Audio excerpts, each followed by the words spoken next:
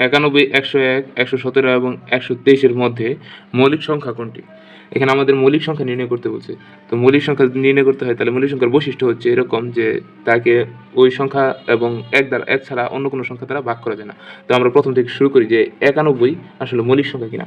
তো দেখি 91 কত দ্বারা ভাগ যায়। যদি ভাগ না যায়, ওই 91 এবং 1 দ্বারা যদি ভাগ দেয় তাহলে ওই সংখ্যাটি মৌলিক সংখ্যা, অন্য কোনো সংখ্যা দিলে ওইটা মৌলিক সংখ্যা না। তো চলেন দেখি 91 কত দ্বারা, যদি 7 দ্বারা ভাগ করি, যদি 7 দ্বারা ভাগ করি তাহলে কত হয়?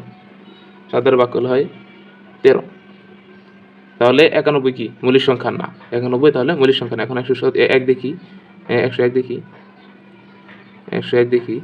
যদি 101 কে অন্য কোনো সংখ্যা অন্য কোনো সংখ্যা দ্বারা ভাগ না যায় তাহলে 101 কিন্তু মৌলিক সংখ্যা হবে। তাহলে 101 কে দেখেন যে অন্য কোনো সংখ্যা দ্বারা ভাগ যায় না। 101 এবং 1 ছাড়া অন্য কোনো সংখ্যা দ্বারা কিন্তু 101 কে ভাগ যায় না।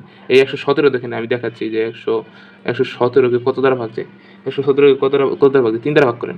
3 দ্বারা ভাগ করলে কিন্তু 39 হয়। 3 39 117। ঠিক আছে? 117 তেমনিভাবে যে 123 আছে, যে 123 কে কিন্তু আমরা ভাগ করতে পারি 3 দ্বারা। 3 দ্বারা ভাগ করলে কিন্তু 41 হয়। ঠিক আছে? তাহলে আমাদের এই সংখ্যাগুলোর মধ্যে 101 কিন্তু আমাদের মৌলিক সংখ্যা। ঠিক আছে? এটাকে 101 এবং 1 ছাড়া অন্য কোনো সংখ্যা দ্বারা মানে উৎপাদকে বিশ্লেষণ করা যায় না। তাই আমাদের উত্তর হচ্ছে 101।